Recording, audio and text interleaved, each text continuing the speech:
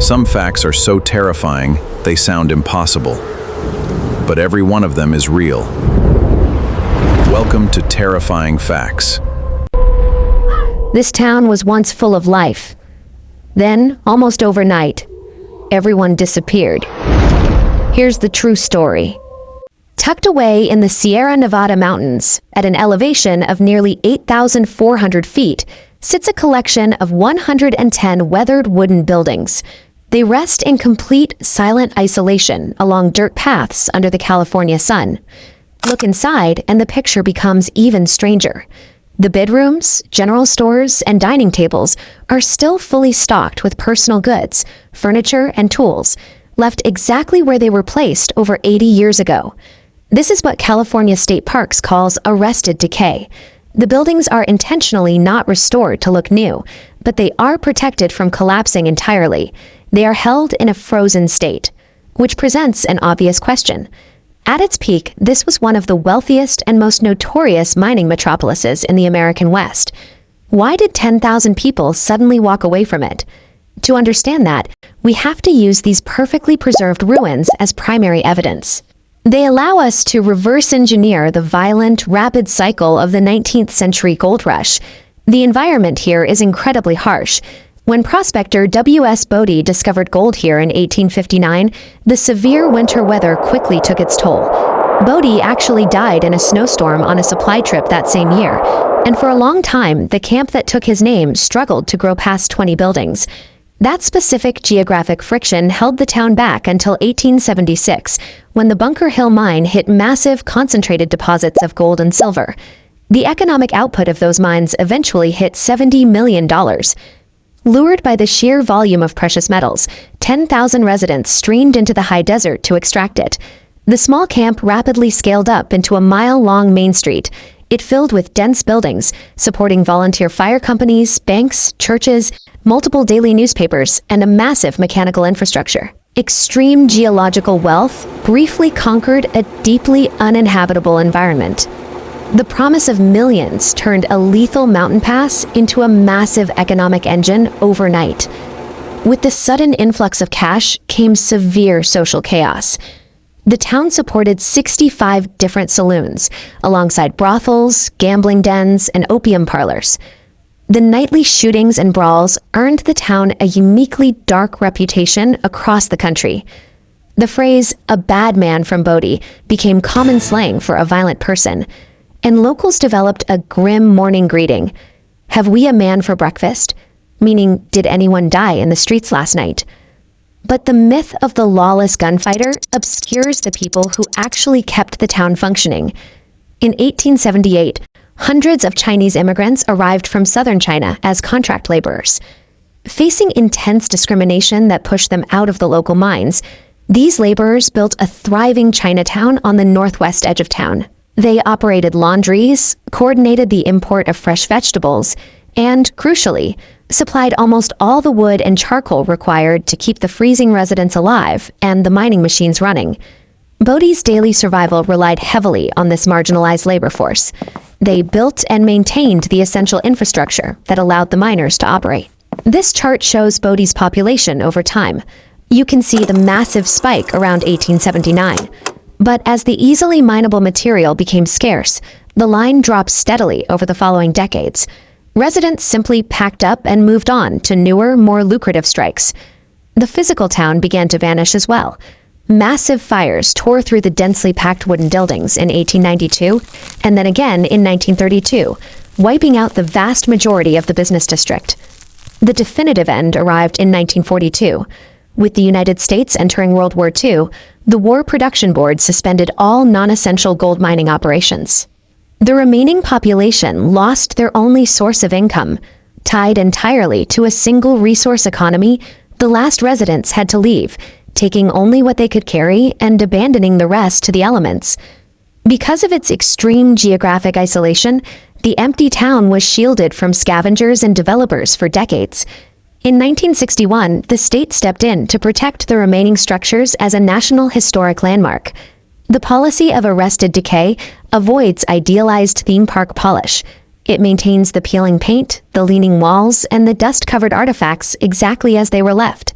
The 110 remaining buildings sit as a mirror to the American boom and bust cycle.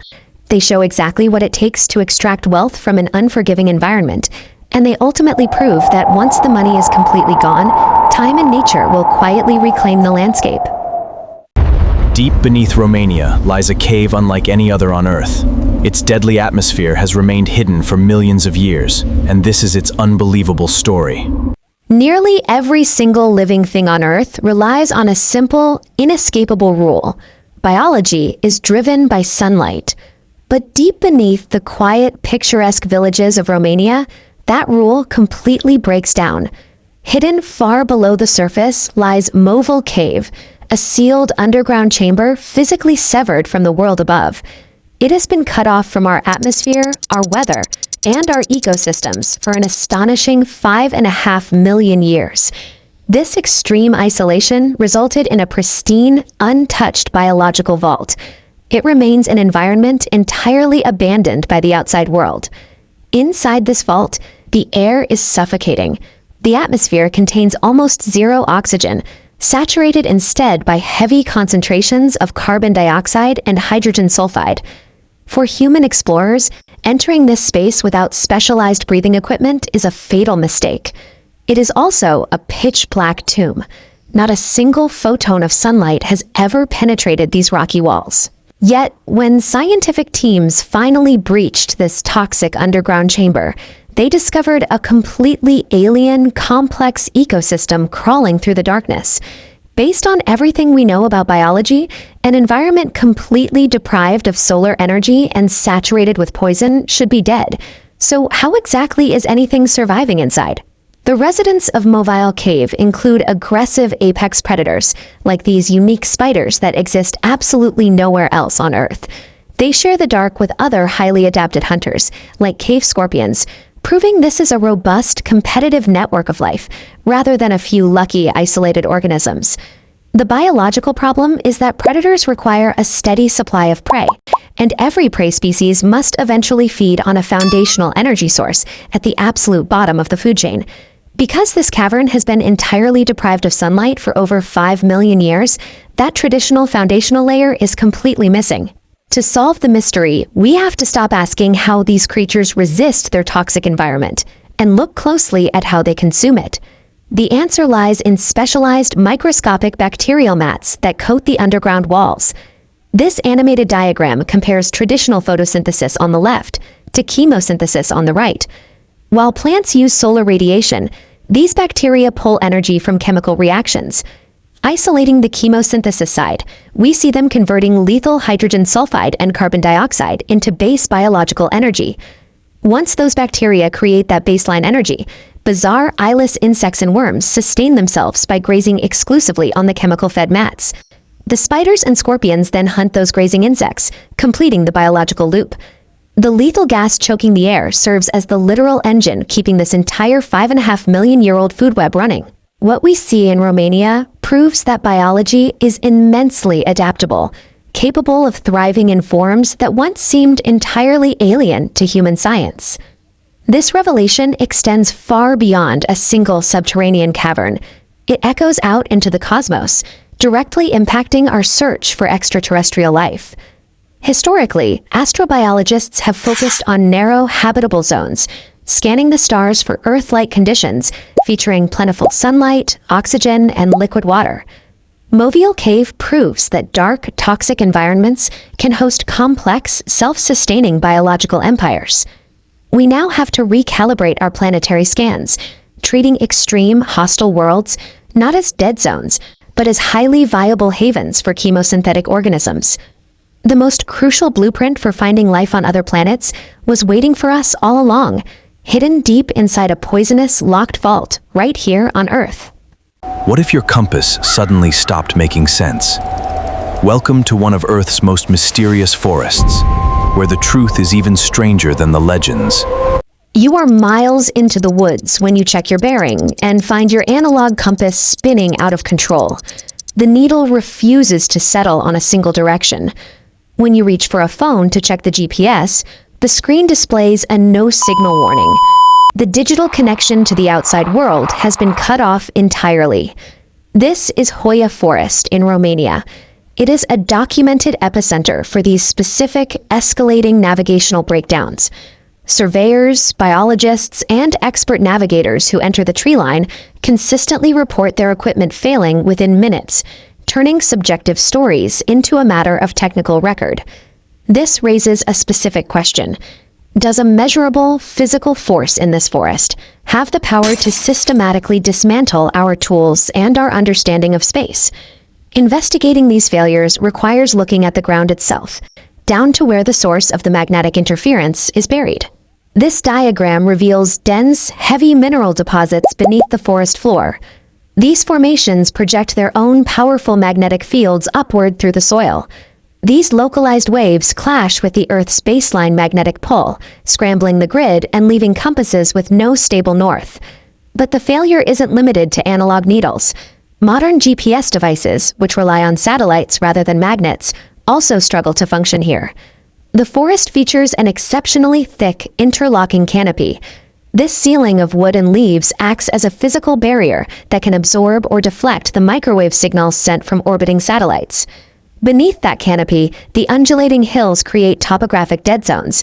Because radio waves often require a clear line of sight, the rolling geography physically blocks the signals from reaching the forest floor. Between the underground geology and the overhead geography, the forest effectively blinds our technology, stripping away every reliable external instrument. Once the technology fails, the human body is forced to rely entirely on its internal sense of direction. In Hoia Forest, that internal sense is immediately challenged by the surrounding environment. The trees are twisted into unusual, repetitive shapes that look nearly identical in every direction. This environment triggers spatial disorientation, a condition that occurs when the human nervous system cannot find a stable reference point in a repetitive space. Our brains navigate through pattern matching. As shown here, the brain scans for unique landmarks to build an internal mental map. But when encountering only identical tree shapes, pattern matching fails. The sightlines find no unique data, dissolving the internal map into neurological confusion. This mental collapse manifests as physical symptoms. Hikers often report cyan dizziness, nausea, and a pervasive feeling of unease. That eerie atmosphere is a documented biological response. It is the distress signal of a brain that has lost its physical bearings and can no longer calculate its position in space. The collision of technological failure and biological panic creates a psychological breaking point. Watching a compass spin while experiencing severe dizziness creates a vacuum of information. Without a logical explanation for these simultaneous failures, the mind begins to feel vulnerable.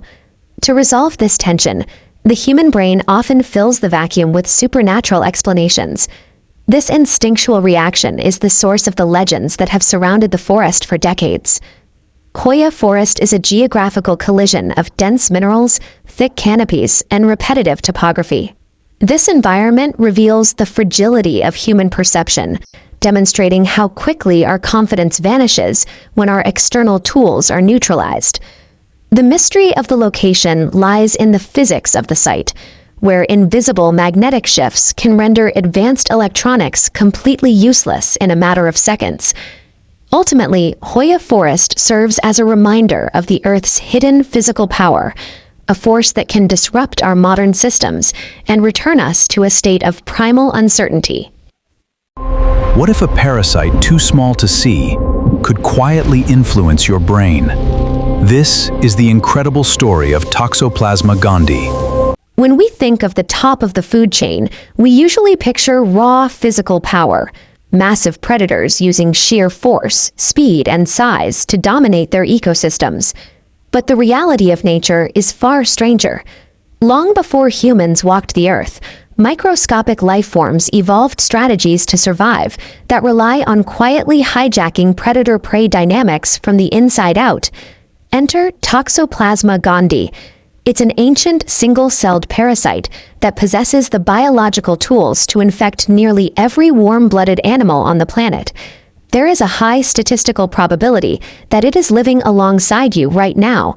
Millions of people worldwide currently carry this organism inside their bodies without ever realizing it.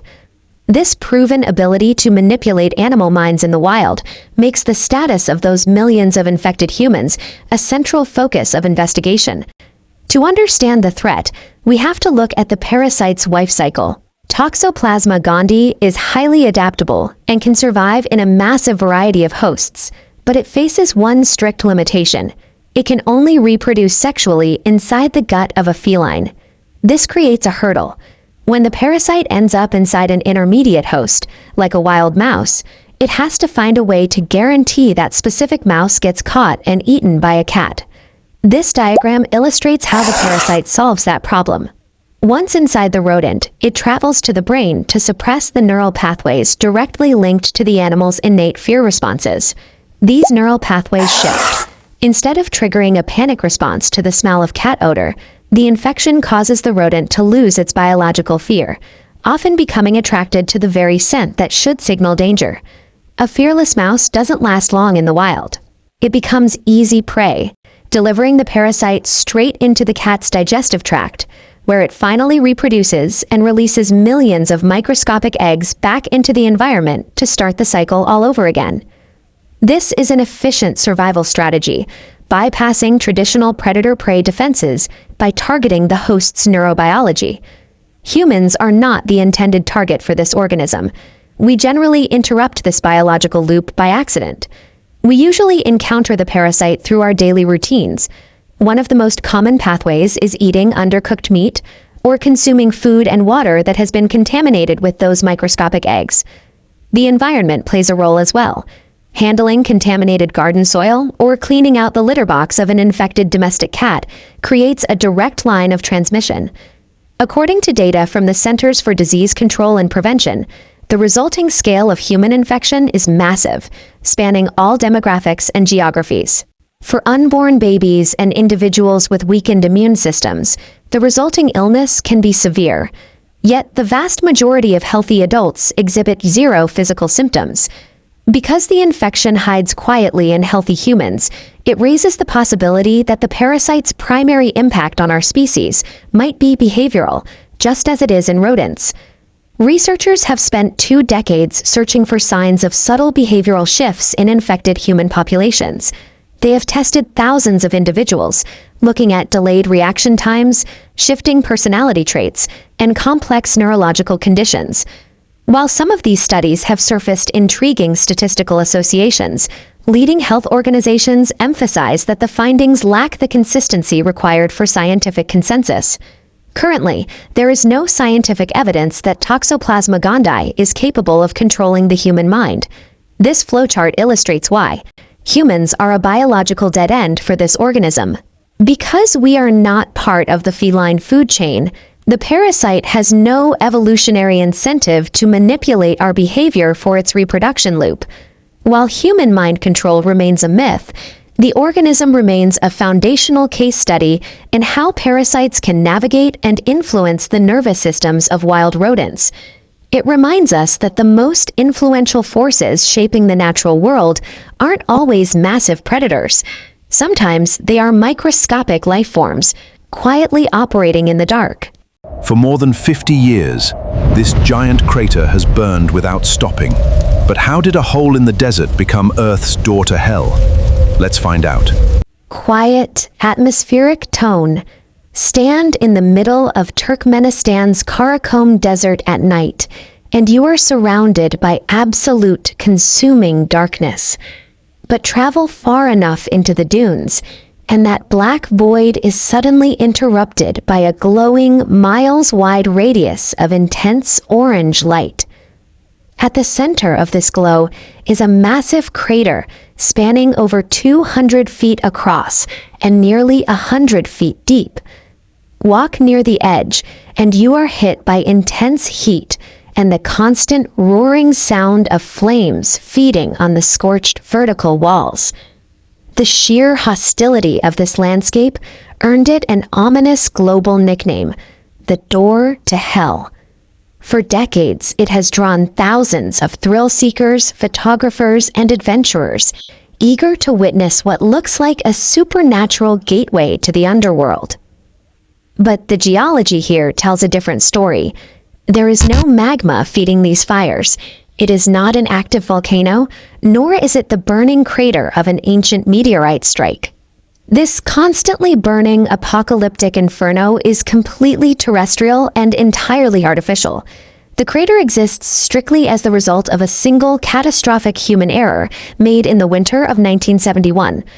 To understand how the ground caught fire, we have to look at the Karakum Desert in the harsh, arid daylight. This was the environment a team of Soviet engineers faced 50 years ago. Their objective was straightforward. They were surveying the vast desert to locate and extract valuable natural gas deposits, bringing in heavy industrial drilling rigs to puncture the earth and tap the resources below. But looking at this geological cross-section reveals a fatal blind spot in their operation. The engineers had unknowingly positioned their massive equipment directly above a structurally compromised cavernous void, hidden just below a very thin surface crust. The immense concentrated weight of the drilling rig fractured the unstable bedrock. With nowhere to go, the ground simply gave way, swallowing the heavy machinery into the cavern and leaving a gaping sinkhole over 200 feet wide. Fortunately, no one was killed in the immediate fall, but the collapse opened a clear path to the surface, allowing a massive plume of highly flammable, toxic methane gas to rapidly vent into the atmosphere, directly threatening nearby wildlife and desert communities. The physical collapse of the ground was a severe engineering failure, but it wasn't the disaster that created the door to hell. Instead, the sudden release of toxic gas forced the crew into a desperate, rushed decision. In the oil and gas industry, there is a standard safety protocol for dealing with dangerous, escaping gases, called flaring. The idea is to intentionally ignite and safely burn off the toxic chemicals, rather than letting them spread uncontrolled into the surrounding air. Knowing they couldn't cap a sinkhole of this size quickly, the engineers applied that exact logic to the crater. They intentionally set the escaping methane on fire to burn away the invisible threat. It was a calculated fix. Assuming they had punctured a standard, isolated pocket of gas, they expected the fire to consume its remaining fuel and naturally burn itself out within a matter of days. This data map illustrates exactly why that timeline was wrong. The Karakum Desert sits on top of one of the largest natural gas reserves on the planet. The cavern they collapsed wasn't an isolated pocket. It was a node deeply interconnected with massive, sprawling subterranean methane deposits. Instead of burning out in a week, the flames have been roaring without interruption for over 50 years. By lighting the match, the engineers had inadvertently uncorked an almost limitless supply of deep earth fuel. The crater's endless fire stands as a bright, burning monument to a moment when human industrial ambition failed to account for the staggering scale of the geological forces beneath it. Today, the crater presents a surreal paradox. It is an active disaster site that has somehow evolved into an established global tourist destination, complete with infrastructure, parking lots, and yurts built right near the rim of the blaze. But the novelty of the site masks a severe, ongoing problem. The Darvaza crater acts as an unyielding point source for huge carbon emissions, continuously leaking thousands of tons of methane into the atmosphere. Beyond the environmental toll, the fire is an immense economic drain. Every year, millions of dollars worth of extractable natural gas, resources that could be fueling actual power grids, are literally incinerated in the barren desert. Because of these steep costs, the government of Turkmenistan has recently announced active, urgent mandates. They are tasking scientists to finally find a viable engineering solution to cap the crater, suffocate the flames, and recover their remaining resources. The ground collapsed in an afternoon, and a single decision set it ablaze moments later. But closing this door means fighting a half-century war against the relentless, bleeding energy of the earth itself. Surrounded by centuries of mystery and legend. And this is the story behind Aokigahara. Walk into Aokigahara, and the forest immediately feels hostile. The ground itself is a chaotic web of twisted, moss-draped roots clinging to shattered rock. For decades, internet forums and travel blogs have traded the same unverified stories about this place.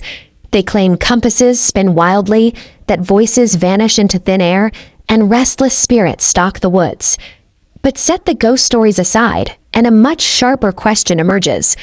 Why do thousands of hikers, spanning hundreds of years, report the exact same physical symptoms? A sudden, suffocating loss of direction and sound in this specific patch of woods. The answer lies in the shadow casting over the trees. Aokigahara sits at the northwest base of Mount Fuji. The dread people feel here is entirely real, but it has nothing to do with the supernatural. This forest is a geological anomaly, an environment perfectly calibrated by volcanic forces to systematically disassociate the human body from its senses.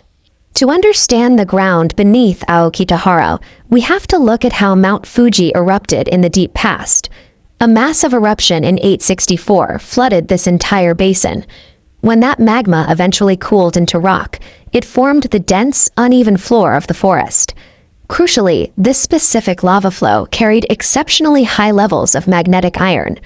This diagram illustrates exactly what that iron does to the environment. The rock isn't uniform. The iron deposit settled in thick, jagged clusters, creating localized magnetic anomalies.